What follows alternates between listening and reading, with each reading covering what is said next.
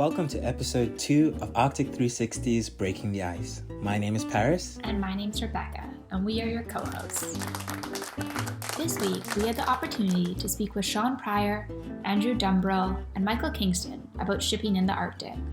We learned about the role of climate change and the impact it has on Arctic ecology and communities in the Arctic, and took time to discuss the proposed ban on heavy fuel oil in the Arctic region and what this could mean for the future of the Arctic. Andrew Dumbrille is a lead specialist in maritime shipping and conservation at the World Wildlife Fund and has been involved in working with environmental NGOs for the past 20 years. Through research, advocacy, and engagement with Indigenous communities and international forums like the Arctic Council and the International Maritime Organization, Andrew believes that reducing the impact of development in the North and safeguarding nature can support healthy Arctic communities. Dr. Sian Prior is lead advisor to the Clean Arctic Alliance, a coalition of 18 nonprofit groups campaigning to prohibit the use and carriage of heavy fuel oil as fuel in the Arctic. Dr. Sian Prior focuses on interpreting marine science to support conservation and management advocacy, and building consensus around marine policy development. Michael Kingston is an Irish maritime lawyer and throughout his career has demonstrated a commitment to polar issues.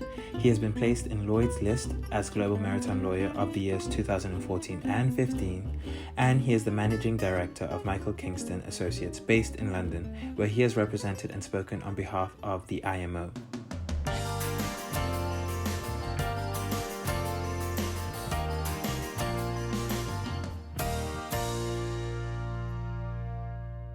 Just to get started, maybe we can sort of go around the room and just provide a quick introduction to yourself and maybe a little bit about your work in general, and then maybe how it pertains to the heavy fuel oil. Yeah, okay. I trained initially as a marine scientist, a chemical oceanographer really. And my first role was working for a trade association for ports and shipping, so working on policy. Since then, I've spent rather horrifyingly 30 years, I've realized, working with environmental groups and environmental coalitions. And during that time, I've spent around 25 years representing these groups at the International Maritime Organization on international shipping. And I've been seconded from time to time to different government roles, often in relation to shipping. So in response to the Sian Prior, which was a big oil spill in the UK. Yeah, and Michael. Well, my name is Michael Kingston, and I work as in international maritime regulatory development and enforcement. And my background is working as a lawyer, particularly closely with the insurance industry in London and with Lloyd's of London on some of their leading reports into accidents such as the Costa Concordia, the Deepwater Horizon disaster and oil spill, and Lloyd's 2012 Arctic report, an Arctic opening, opportunity and risk in the high north.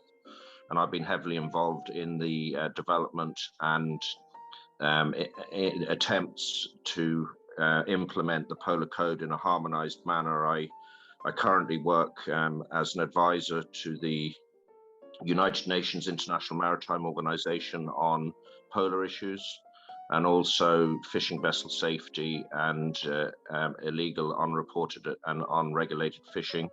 And I'm work as a special advisor to the Arctic Council's protection of the Arctic Marine Environment Working Group, and particularly focused on the development of the Arctic Shipping Best Practices Information Forum, which has been put in place with a web portal for the implementation of the Polar Code to try and put all the information on best practices for implementation in one place. Thank you. And Andrew? Thanks for the invitation, Rebecca, Paris. I'm with WWF Canada and WWF Global.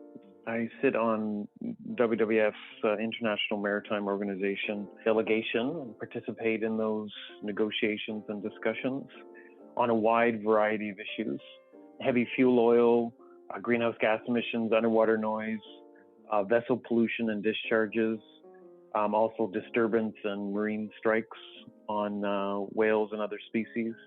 Quite a wide range. In Canada, I participate in regulatory hearings. Specifically, the Baffinland mine is one that's been very important and ongoing for many years. And of course, shipping is a big part of that development. And the phase 2 proposal is under environmental review right now. So we're in the thick of that. And I sit on the Arctic Council with Michael and others, Sian too, at the Protection of the Arctic and Marine Environment Working Group, which looks at many of the issues that I just mentioned. And so we were wondering if you guys could explain how the changing ecology of the Arctic is influencing the interest that we're seeing be given to the Arctic.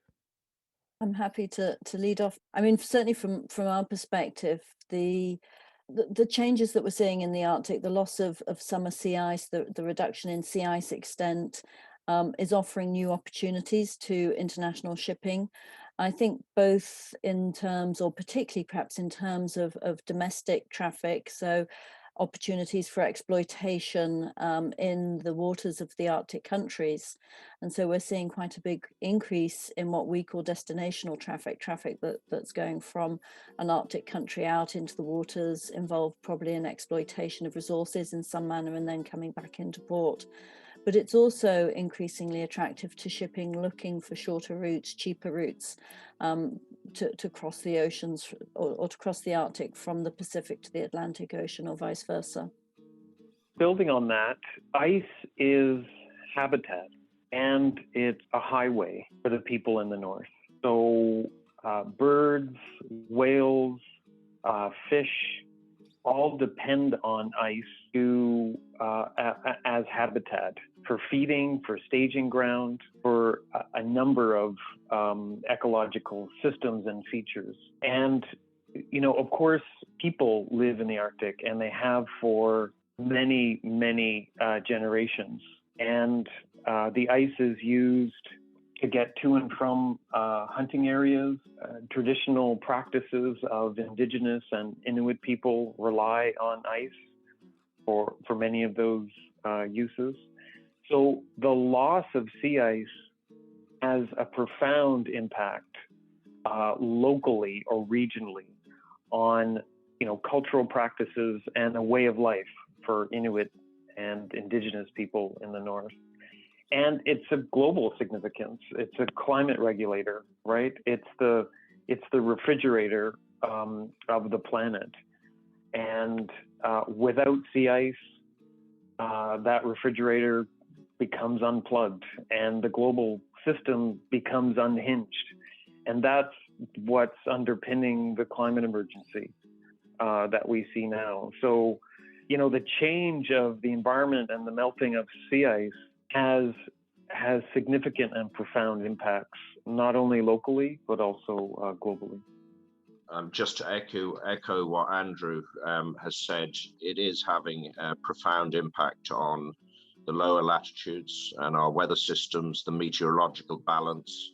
The jet stream is regulated by the Arctic. It comes up north of Norway, west of Ireland, where I'm from, and north of Norway, and it keeps us unusually warm on this latitude, and then goes into the Arctic and comes back down the other side past Canada.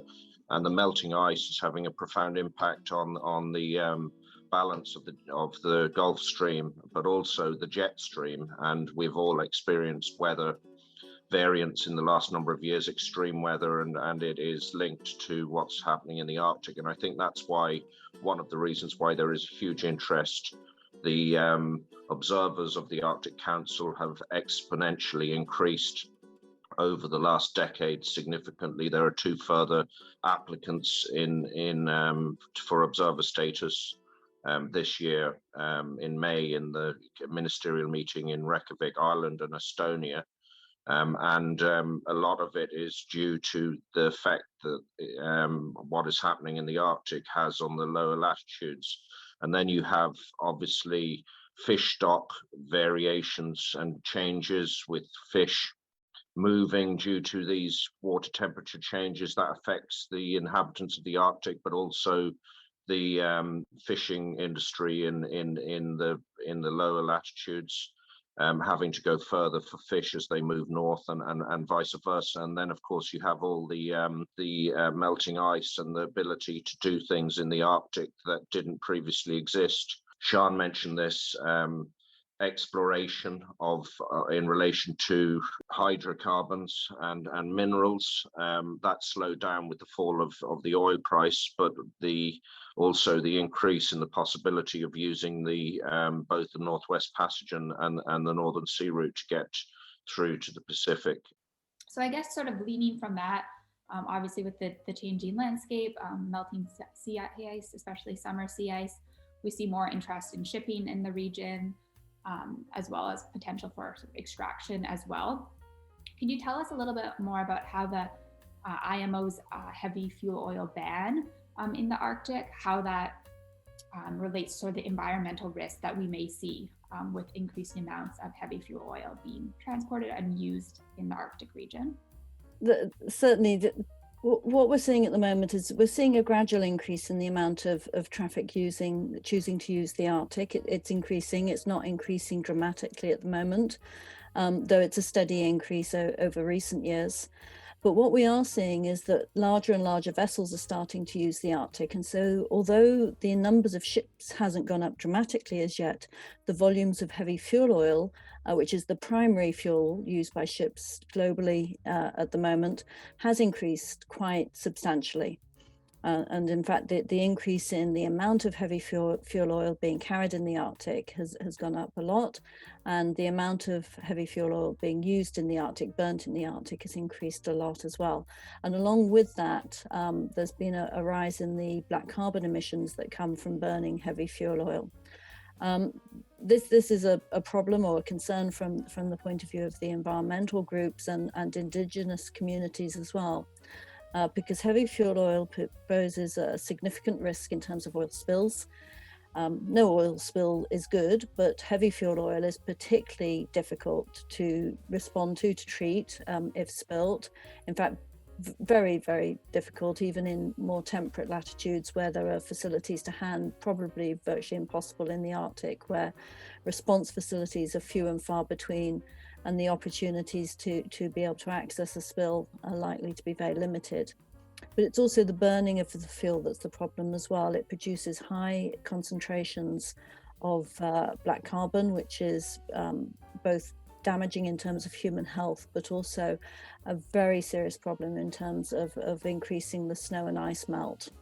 So as a consequence, environmental groups and indigenous communities too have been pushing the IMO, the international shipping body that's responsible for the UN body that's responsible for regulating international shipping, to ban heavy fuel oil use and carriage in the Arctic.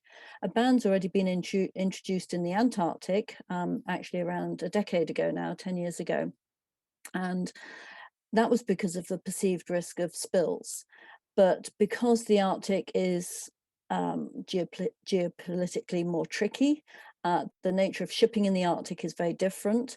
It's proved to be much harder to get a similar ban in place in the Arctic. A ban is now on the table. It's still under discussion. It has been approved and is due to be adopted later this year. There are, however, some significant limitations with the ban that's on the table. Although it will come into effect in 2024, it includes provisions that will allow some ships to be exempt, and a provision that will allow the Arctic coastal countries to be able to issue waivers to ships flying their flags while operating in their waters.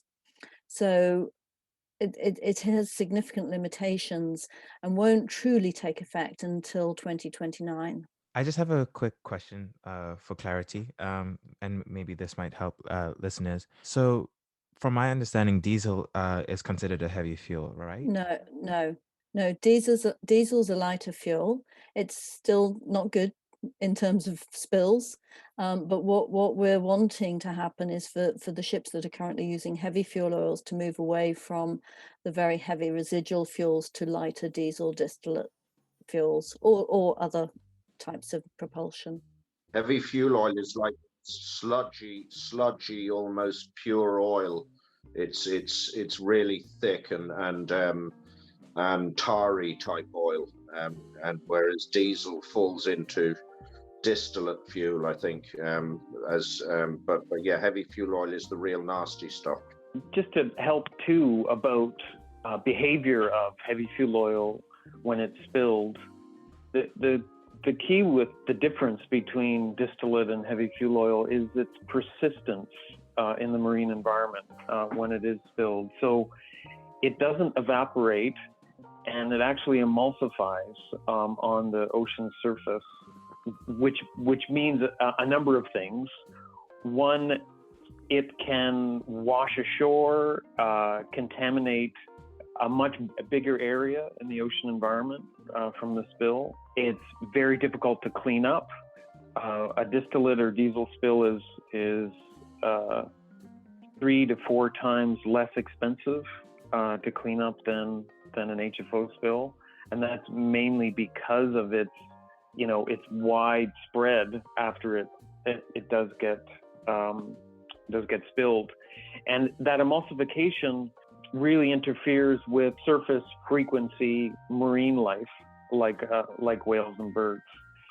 So the connection here to communities, and particularly indigenous communities in the Arctic, is that the ocean is their grocery store, right?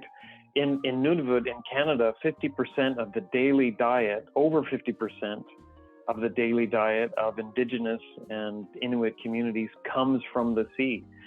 So if you have an oil spill, it's just devastating for way of life of those communities. And HFO, because it sticks around for weeks and months and years, has an immense impact on livelihoods, culture, food gathering, subsistence, and that grocery store.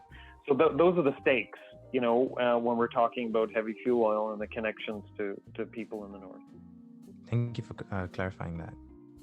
I think the other thing about heavy fuel oil is to remember, following on from what Andrew and Sian have said, is that we have warnings about oil spills from the Deepwater Horizon disaster, etc., which escalated the worry about spills of oil in the Arctic. And one of the big problems is that the temperatures are also so low, relatively speaking, that it makes it much more difficult to deal with the cleanup, because you have to use dispersants and so on with oil to try and break it down, and none of this is very good for the environment at all. So you don't want the incident to happen in the first place. But when you're dealing with cold temperatures, it's very, very difficult to break it down. And you've got ice then intermixed with all of this. So you've got a very big problem. And some studies have been carried out, but not conclusively, it hasn't been conclusively arrived at as to how such an incident would be cleared up. So obviously preventing it from happening in the first place is extremely important. It's also important to remember, when people talk of the IMO, it's our IMO, it's our International Maritime Organization. It's not something that makes decisions on its own, the Secretariat. It's made up of all the states of the world who are member states. And it has affiliate members such as WWF and Clean Arctic Alliance. And so it's a consensus organization. And so when things don't happen in a manner and as quickly as it would be liked by some, we must remember that it's a consensus organization, and there's a lot of negotiating in the corridors. And when there is pushback on certain issues, as Sian has mentioned, it's because some states are not as forthright and as strong as others in the determination to get measures in place. Now, that may be for a number of reasons. There are some reservations with some of the Arctic states about supplies for local communities, because some of the existing ships are only operating on heavy fuel oil, bringing cargo in. That's one issue I've heard. I also want to double back to something that Sian said earlier with regards to environmental groups, and we were wondering what the environmental NGOs' response, such as the Clean Arctic Alliance, has been to the proposed ban. Well, we've got serious reservations about the ban. Michael's right. There are a number of countries that have concerns about the heavy fuel oil ban. But from our perspective, we see ships nowadays being able to use both heavy fuel oil and these lighter diesel distillate fuels. They have to do it routinely in Europe and North America, where there are emission controls in place already in coastal waters. But through the lobbying of some of the Arctic countries, Russia in particular, they have got this caveat in the current regulation that's due to be adopted later this year, which means that for certainly the best part of the 2020s, heavy fuel oil will still be able to be used in the Arctic. It is tricky. We are asking for a change in practice, but one that isn't impossible, one that many ships are already following today. The amount of ships using alternatives to heavy fuel oil in the Arctic is over 50%. But as I said before, it tends to be the larger ships that are using heavy fuel oil, so they're carrying larger volumes of heavy fuel oil. The other limitation of the heavy fuel oil ban that we're concerned about is the fact that many ships will be exempt, and certainly the newer ships will be exempt. The reason being that they have protected fuel tanks, so they have two layers of hull, really, or skin between the fuel and the outside water, the surrounding water. Now, this does offer an extra layer of protection in some circumstances. And from a number of oil spills around the world, it's been determined that having this sort of double hull or double skin system will be better. And for many groundings on soft sediment habitats, that is the case, that is true. But you run into rocks or run into large pieces of ice, and that double skin is not likely to prevent an oil spill. So it's frustrating because, we understand why people have come forward with these arguments, why they feel that there is the need for these provisos, these caveats. But at the end of the day, it's the Arctic ecosystem and the Arctic communities that are being put at risk. And what we're asking, the change we're looking for, is not difficult to do. It will cost a little bit more. Michael referred to the socioeconomic impacts. There will be an increased cost, but most of the studies, in fact, I think all of the studies on socioeconomics, have shown that increased cost is minimal. And there are ways in which, if there is an increased cost, that could be compensated by government supporting communities or supporting the local industry in moving away from these very polluting oils.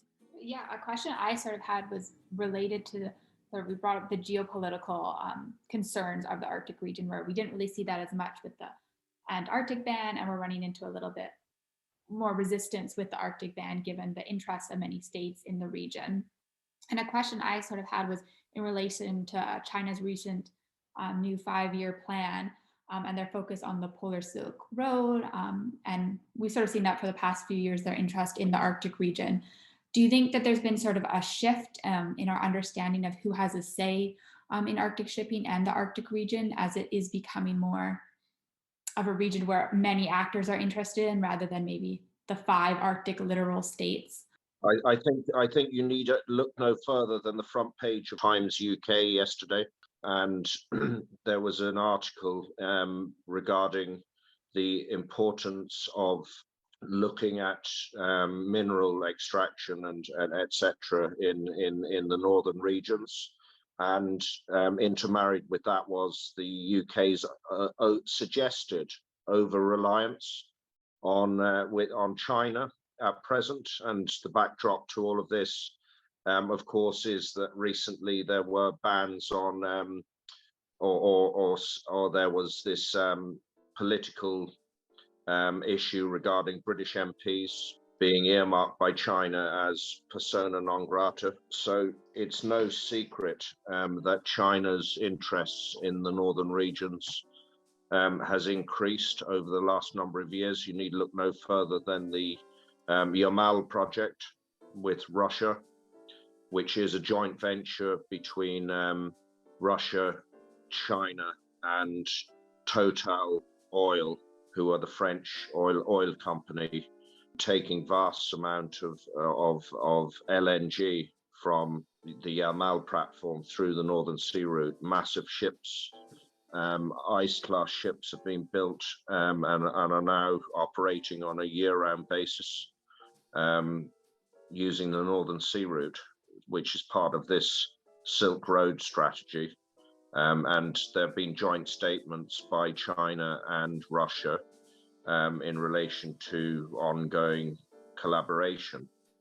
And then on the other side of the Arctic, you see interests in Greenland and the current political situation there, and it's being watched very closely by a number of states. And then it's known that China have expressed interests there. There's huge mineral resources, and that lent to the article yesterday in the UK Times. So yes, it is an increased area of interest for China. And in the current sort of geopolitical climate, it's like a game of chess. Personally speaking, I find it a little bit sort of overwhelming in terms of the ridiculousness of what goes on at the higher echelons of politics between Russia and the United States and North Korea and China, and but that's the world that we live in, and it's unfortunate that almost childish games are played with such serious issues and with regions and so on, and that we can't all sort of get on a little better in the world that we live in, but that's the reality. So yes. Michael's mentioned the investment from China in Yamal, and we see Chinese bankrolling really development in Iceland, in Greenland, in Russia, and clearly paving the way for what they see as their future operations in the Arctic. I have to say, though, that they've always had the opportunity in terms of international shipping developments, regulation and developments. They've always been there. They've always been able to be active in that arena. And they've had observer status at the Arctic Council only in more recent years. But again, they are there, so they are able to influence or to have a say in terms of discussions there too. And at the moment, I certainly don't see them playing a major role. But what I do see them doing is backing the countries where their investments are. So if Russia object to a new regulation or a new development of some sort within the IMO, China invariably then backs Russia's position. And that can be then quite intimidating to try and encourage other countries to support change in a different direction, because that's two very major countries, two very major players at the IMO having an impact. Just maybe a short addition. There is a dynamic. I think what Michael has said and Sian too about the IMO and it being consensus, and we're talking about global rules here. There is a place and a need for domestic action around shipping regulations, and the Northwest Passage, one of these, polar routes, one of these shipping routes that is being proposed or is being used. Canadians claim it as their own, and the U.S. claims it as an international waterway. So it's not completely clear, but much of the Canadian Arctic is within, the Canadian exclusive economic zone, and some of it within the territorial seas, which is the 12 nautical miles out, which states have much more control over than other parts of the ocean. So if there is a weak IMO ban on HFO, if there are insufficient climate targets and greenhouse gas reductions at the IMO that don't meet Paris, which is what we're seeing, states can act in their waters. And I think it's in domestic and Canadian interest, just talking about the Northwest Passage, to put in strong domestic regulations which ensure protection of the environment and protection of livelihoods. So there is an international dynamic to this, but there also is a domestic reality. And you could argue, the faster and the stronger some of those environmental provisions are that a state puts in place, the less attractive these cheaper and shorter shipping routes, which they're being billed as. I don't think they're cheaper or shorter for many reasons. The less attractive those will be to to states like China and to international operators. I think it's worth pointing out on top of that as well that Norway have already gone down that route. They've had a ban on heavy fuel oil in place for some of the waters around the island archipelago of Svalbard for, I think it's around 5 or 6 years now. And from the beginning of next year, they are extending that to cover all of the waters, all of the 12 nautical mile territorial seas around Svalbard. So no ship with heavy fuel oil on board will be allowed in or out of Svalbard from the beginning of next year. So moving faster than the IMO and protecting their own interests. And obviously from their perspective, they just see it as being necessary to protect the fishing and the tourism industry that is so important on the archipelago of Svalbard.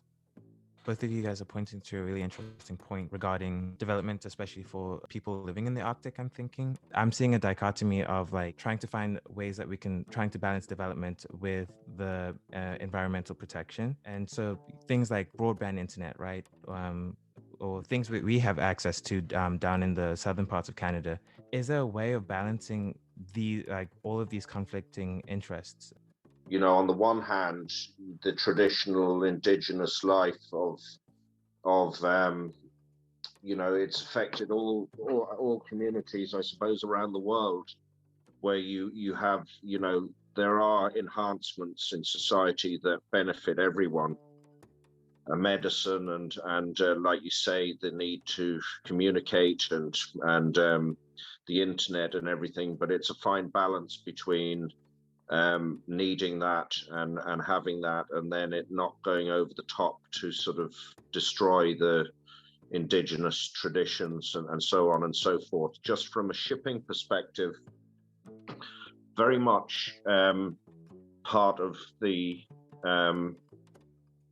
approach and involvement of the indigenous community in the work that I've been involved in is to try and highlight the indigenous traditions, and where there is development, where it may benefit perhaps with an increase in income for local communities, or where there is possibility for investment.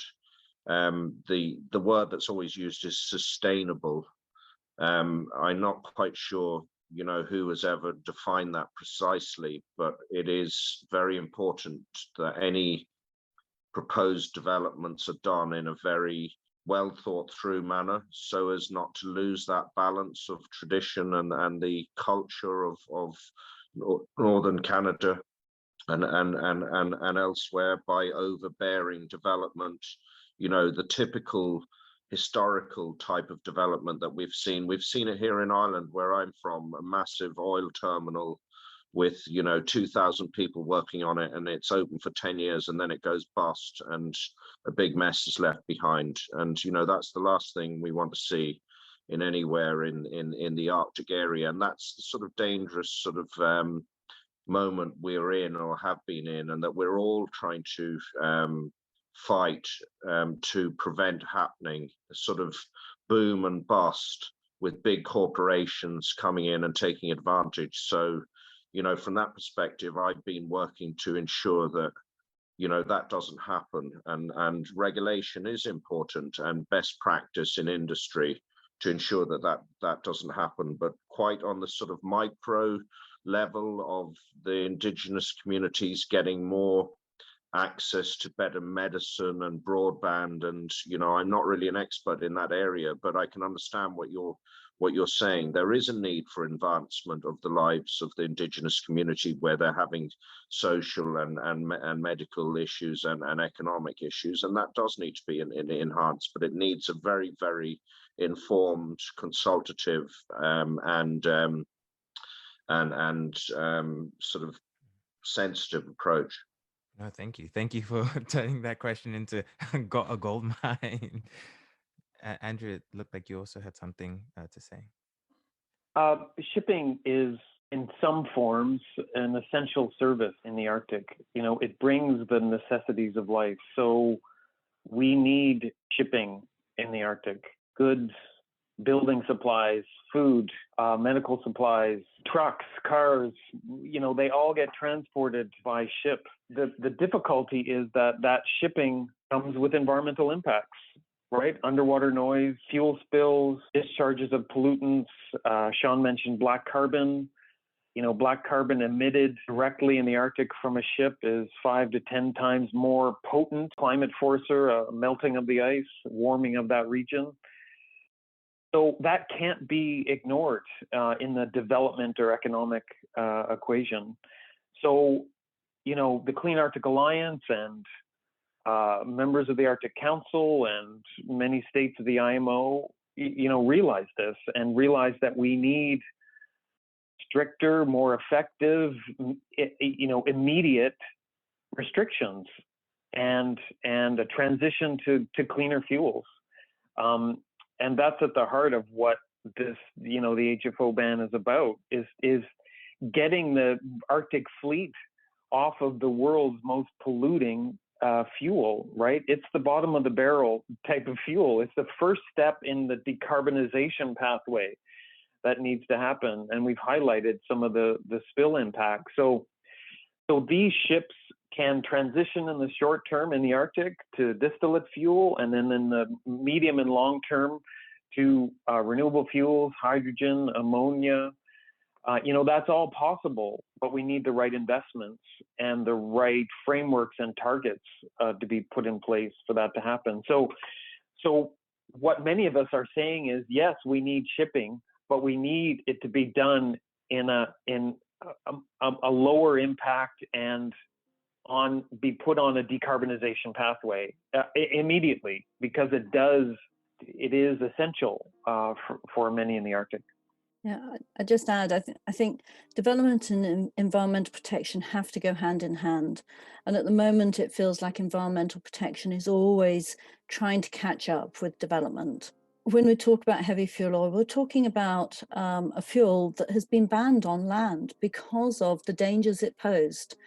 It was considered inappropriate to use it in power stations, to use it in transport on land. I'm not even sure it was able to be used in many forms of transport, but it's been banned for some time in terrestrial systems.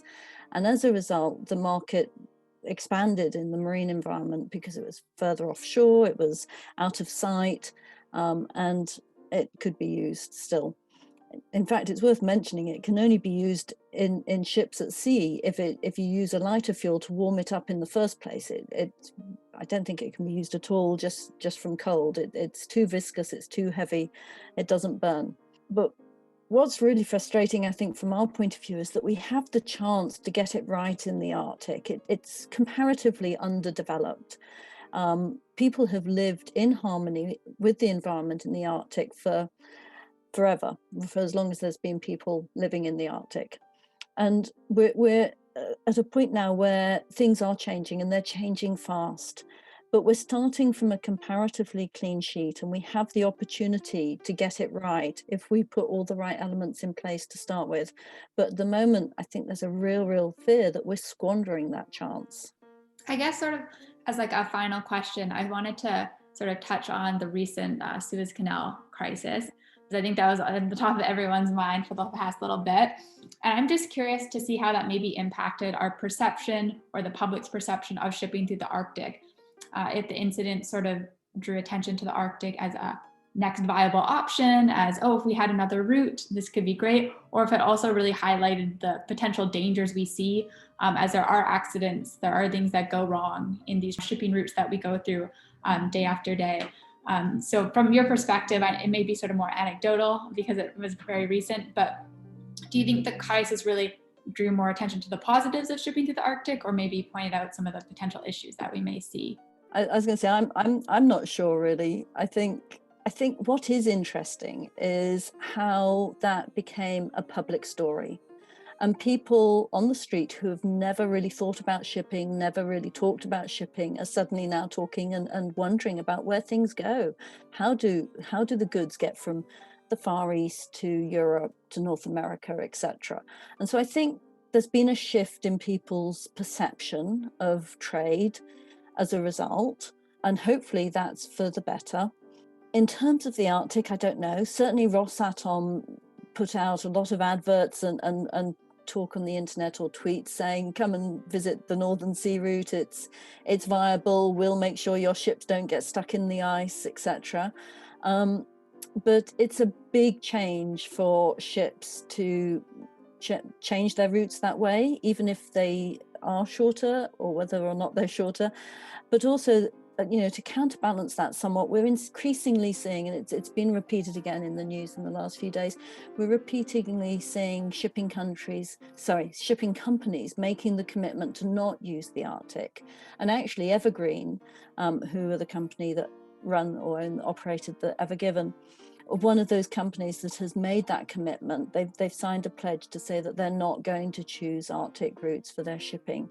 And MSC is another one that's been in the news just recently. So I don't know. I think, there was some talk about maybe offering the Arctic as an alternative, but whether it's really ready yet to take the volumes of trade that are going through the Suez Canal and the Panama Canal, I think we're a little way off that yet, but maybe Michael has some different ideas or thoughts. Thanks, Sian. Well, my answer to your question, Rebecca, is that both is the answer. So there was an increase in interest in shipping through the Arctic, as Sian says, because Russia took the opportunity. And it is no secret that were you able to freely travel through that route, you would save between Rotterdam and say Dalian in China, something like 13 days, and that's a pretty significant saving in terms of time. However, as has been highlighted by the Suez Canal, is that shipping relies critically on scheduling. Everything is about scheduling. It's fine-tuned, and you have to ships arrive, and it's sort of almost computerized in all these massive companies. Well, it is computerized. Thousands of crates are loaded on and discharged, and it relies on critical timing. And we saw the massive backlog that was caused in one of the two main arteries of world shipping, the Suez Canal, and then obviously on the other side of the world, the Panama Canal. And we saw the consequences of what happens if there's a backlog. And you need only look at one ship alone to see what carnage is caused, with 20,000, and on the biggest ones, they carry 23,000 crates. And because of the harsh weather conditions, the unpredictability of the ice, it is not realistic at the moment for containerized transits through the northern sea route, even though it was highlighted by Russia, and that's not going to happen anytime soon. COSCO Shipping did a trial run through there a few years ago, and as Sian said, a number of companies have sort of declared that they're not interested, for the obvious reasons that I've just explained, logistical reasons and scheduling. But then the other issue, and why I answered both, is the highlighting of the potential dangers of shipping and accidents. And I've been sort of heavily quoted in the media in the last week since the Evergreen blockage of the obviousness of the need for salvage equipment to be in place, not just in the Arctic, where there is a huge problem of remoteness, but even in the lower latitudes, there is a huge lack of equipment for dealing with one of these massive container ships.